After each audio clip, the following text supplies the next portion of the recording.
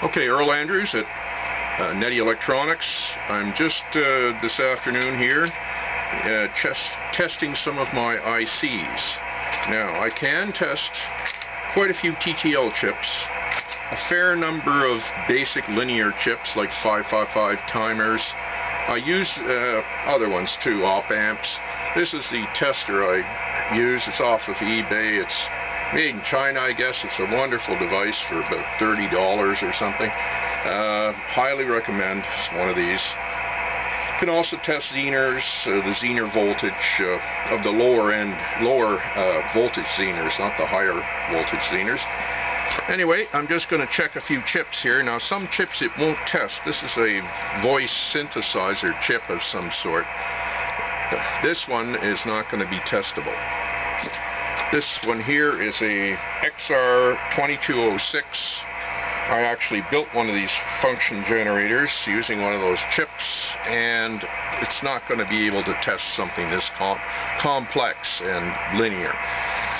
But small ones like here's an MC14070 BCP. Now, this you can, a 14070, you can chop that into a 4070. Just take the one off it. It's part of the 4000 series of chips. I believe RCA brought them out. I'm not sure. Motorola, whatever. So you turn on your tester, which I'm doing now. The battery's voltage is shown, and it's a little bit low, but it'll still work. Now you hit auto, and it brings up 74LS386. So I guess it's similar to that, or almost the same. A 4030 or a 4070, and sure enough it's a 4070. So I assume that this chip is good based on those readings. If it was no good, it would just say not found if there was something wrong with it. Here's a 7400.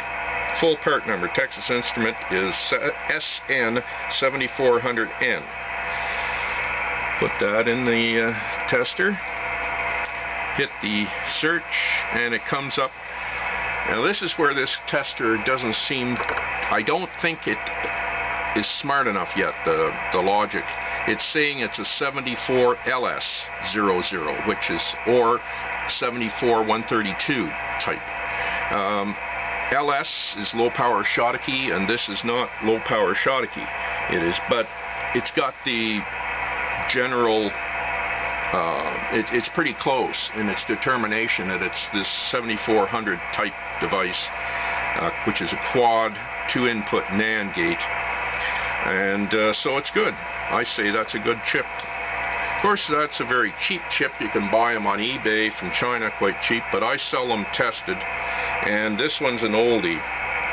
It's got, well, it's got 7222. I don't know if that's 1972 or not, but a lot of my parts are old here at Netty Electronics, but I test them.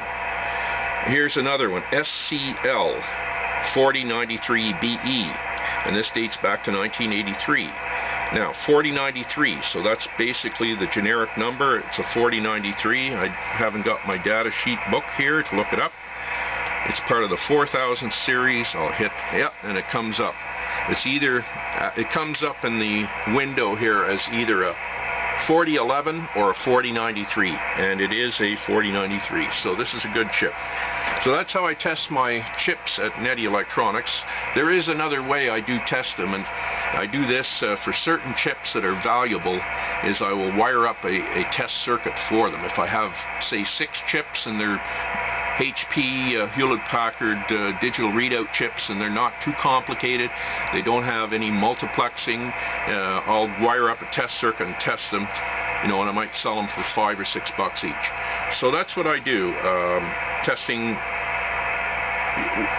parts. Now, if you bought something that's very complex, I think it's new, it's been on somebody's shelf somewhere for a long time in this ESD foam, what I will do is sell it to you at a very good price, perhaps only 30% of what it's selling for on eBay or whatever, but I'll guarantee it. I'll say, look, try it in your circuit. If it works, fine. If it doesn't, I'll give you your money back. So that's all I can do to get rid of some of this stuff. I've got thousands of parts, thousands and thousands, and I can't take them with me where I go in the eventual demise. So I will entertain reasonable offers. Check out my super big part number list. Use Control F to find search terms like TTL or DSP or whatever, and you can find your parts that way, and I'll give you a really good deal.